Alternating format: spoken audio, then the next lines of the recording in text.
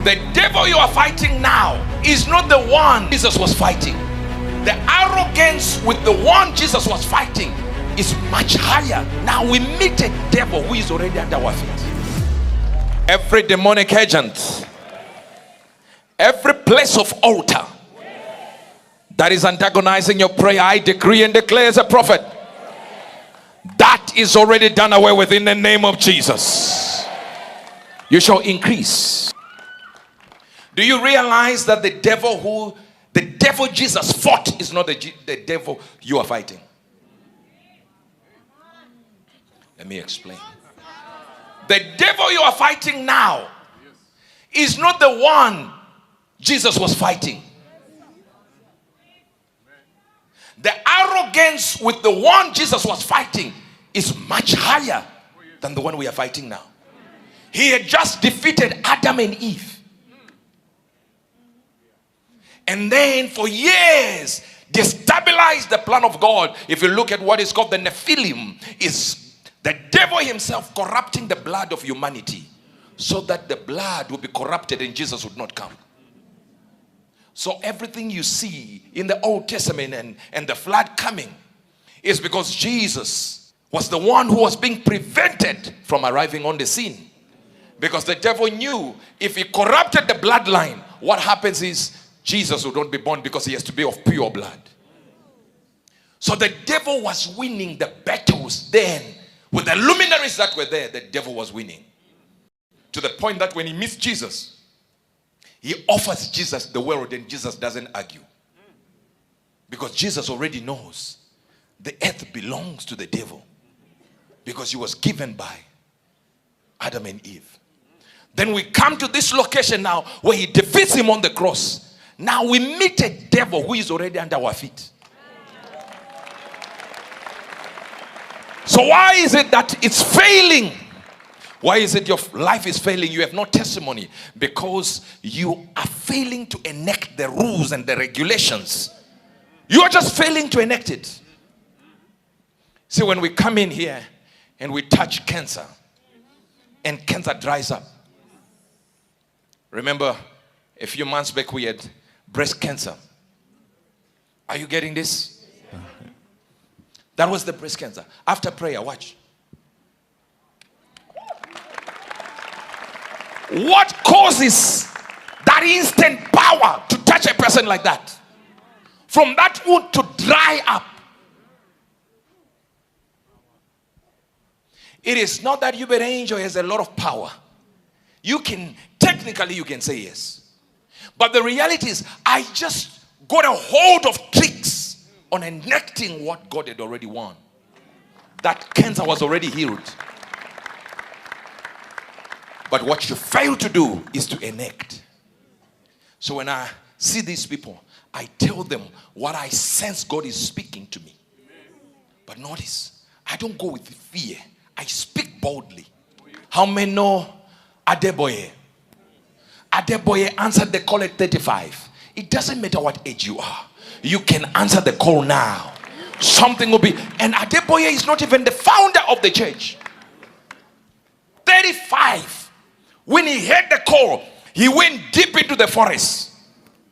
Stayed there in the forest and fasted for 120 days. No water, no food. When hunger of the spirit is in you. Some of you can do 2 days. So whatever you see here is not a result of a man who walked out of his office and came here. It's a man. It's a man who had a voice. African custard, apple. And heard a voice from that tree. And consecrated and made a solitary confinement in his life. To a point that power was harnessed in those moments. So when we come here and be like here, around 6, my wife is already at the back of the house praying until 8.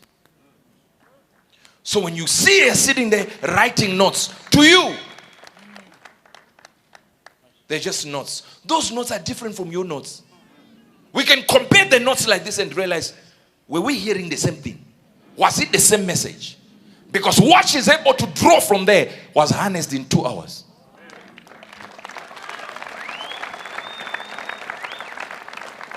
While some of you are trying to polish your shoes, some of you are in front of a mirror applying makeup or mess up.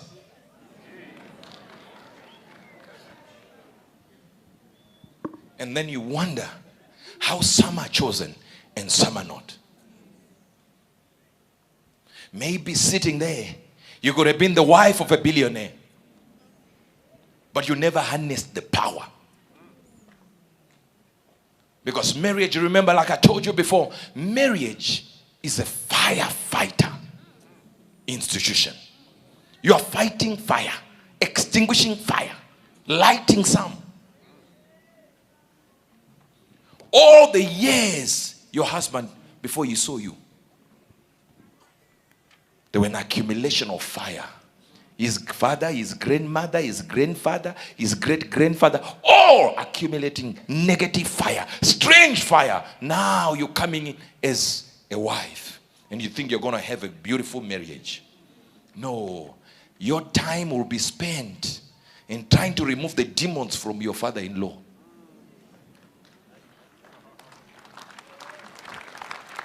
If you realize that the church has more divorce rates than the world.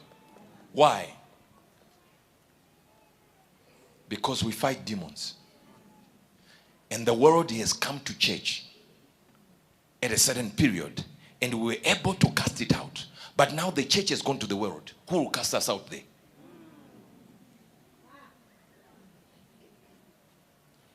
I knew you were going to do like this. Sit down. I'm dealing with you in a few minutes. What takes a man 120 days to fast? Are you still here? John Wesley would fast twice a day. Twice a week. Twice. Wednesday, Saturday is fasting. And if you wanted to join his church as a pastor, you needed to enter the training of fasting, not eating, for 2 days a week. Nobody would be screaming, running there and say, I'm now a pastor, I'm now a pastor. No. When God comes and says, you are a pastor, you start asking yourself, prophet, I think you are wrong. In today's church, people are running to become pastors. Because there is no decorum anymore. Am I talking to somebody? Am I still talking to you? Am I still talking to you? And some of you are happy. When I was talking about marriage here, I heard, is this revival? Revival starts with relationships, starts with you. And whenever you see that in your... Did you see the dance at the ZCC? The man who was dancing with the woman there?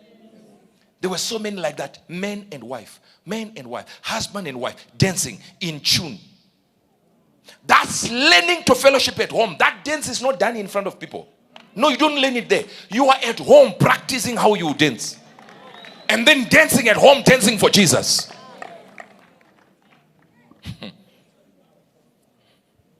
So it starts with a solitary confinement. How many people do you speak to? How many people do you answer calls? How many? Are you getting this? Someone asked me, prophet, it seems as if every time you change your number, you change your number. I said, yes, I don't need them. They need me. So I'm not looking for, my God, I can't change because that one wants to get hold of me. Let me tell you, if I get a number, you will find me if you are in the close. The reason is you are talking to too many people. Revival will never catch you. You have too many friends. Revival will not catch you. Turn to someone again and say, neighbor, if you have 4 broke friends, you can't count.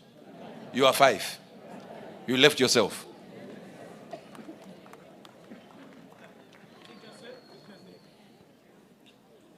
Revival is of men of stature. John Wesley is there 2 days a week fasting, not eating, completely zero food. If we just prevent you from having lunch, you know, as I park outside there, getting into my office, do you know what I encounter? My sons and daughters chopping It would surprise you that some are still there, listening to this message while it's there.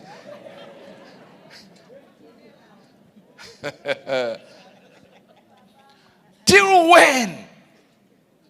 See, listen to me. Every revival, food is a distraction. Let me go to people who don't like eating too much. This side. You people, you can chop. Here. Food is a revival. If you decide I'm not eating, that's a revival. Your spirit realizes he's missing food there. I need to give him that food. See an angel one day, just an angel. Have an angelic visitation one day. You will deny all your food. You will say, I don't want to eat nothing.